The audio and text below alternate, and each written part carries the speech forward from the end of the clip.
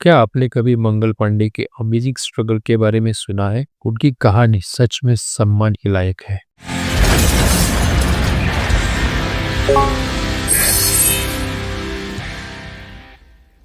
नमस्ते दोस्तों, तो ब्राइट नॉन शो में आपका स्वागत है। मंगल पांडे एक ऐसे हीरो थे जो ब्रिटिश राज के खिलाफ खड़े हुए थे, जो अपने वक्त का सबसे पावरफुल एम्पायर था। 1827 में जन्मे मंगल पांडे एक ऐसे समय में बड़े हुए जब इंडिया अपने रिसोर्सेस, कल्चर और आइडेंटिटी से धीरे धीरे दूर हो रहा था और ब्रिटिश कॉलोनियलिज्म ने देश में बड़ी सोशल, इकोनॉमिक और पॉलिटिकल टेंशंस क्रिएट कर दिए थे। 19th सेंचुरी के मध्य भाग में इंडिया का माहौल काफी कॉम्प्लेक्स था। ईस्ट इंडिया कंपनी, जो पहले एक बिजनेस कंपनी थी, धीरे धीरे पावर में बढ़ गई और पूरे सब कॉन्टिनेंट का बड़ा हिस्सा अपने कब्जे में ले लिया। ब्रिटिश अपने सिस्टम, एजुकेशन और कल्चर को इम्पोज कर रहे थे, जो ट्रेडिशनल इंडियन लाइफ से बहुत अलग था। इस वजह से इंडियंस में गुस्सा और नफरत बढ़ने लगी थी, जो कभी भी एक बड़े रिवोल्ट में बदल सकती थी। ब्रिटिश अपनी सुपीरियरिटी में इतने कॉन्फिडेंट थे कि उन्होंने इंडियन पब्लिक के बढ़ते हुए गुस्से को नजरअंदाज कर दिया था। वो इंडिया के रिसोर्सेज का एक्सप्लॉयटेशन कर रहे थे, हेवी टैक्सेस लगा रहे थे और अपने ही पक्ष में लॉज बना रहे थे। इस वजह से इंडियन लोगों को सोशल और इकोनॉमिक प्रॉब्लम्स फेस करनी पड़ रही थी। ईस्ट इंडिया कंपनी के इंडियन सिपाहीज भी डिस्क्रिमिनेशन और ऑपरेशन का शिकार थे।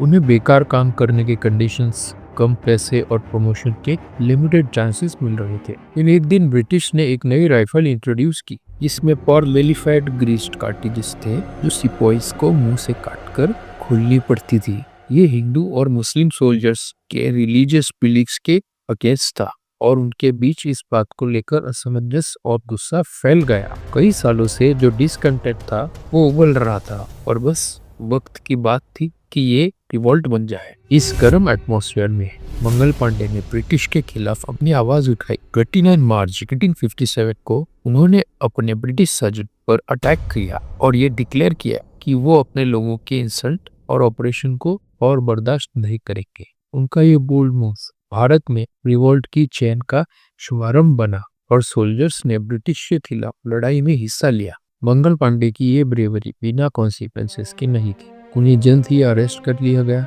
ट्रायल में भेजा गया और डेथ पेनल्टी की सजा मिली। लेकिन उनकी ब्रेवरी ने अनेक लोगों को फ्रीडम स्ट्रगल में शामिल होने के लिए इंस्पायर किया। 1857 का रिपोर्ट, जिसे सिपाही म्यूटिनी भी कहा जाता है, भारत की हिस्ट्री का एक टर्निंग पॉइंट था और ये ब्रिटिश रूल के खत्म होने की तरफ का पहला कदम साबित हुआ। छोटा सा रिवोल्ट भी एंड में क्रश हो गया, लेकिन मंगल पांडे का सैक्रिफाइस वेस्ट नहीं गया।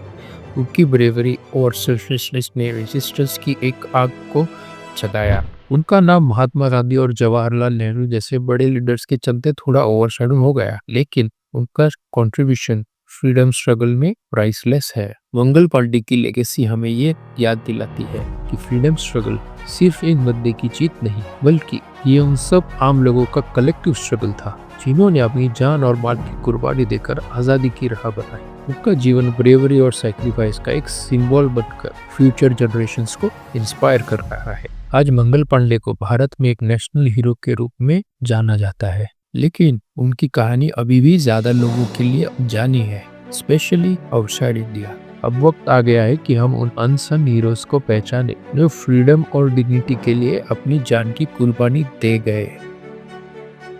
तो आपको क्या लगता है, मंगल पांडे की कहानी को ज्यादा रिकॉग्निशन मिलना चाहिए? अपने थॉट्स कमेंट सेक्शन में हमें जरूर बताएं और हमारे चैनल को लाइक, शेयर और सब्सक्राइब करना ना भूलें और लेटेस्ट वीडियोस के लिए बेल आइकॉन जरूर दबाएं। मिलते हैं अगली वीडियो में। Good bye.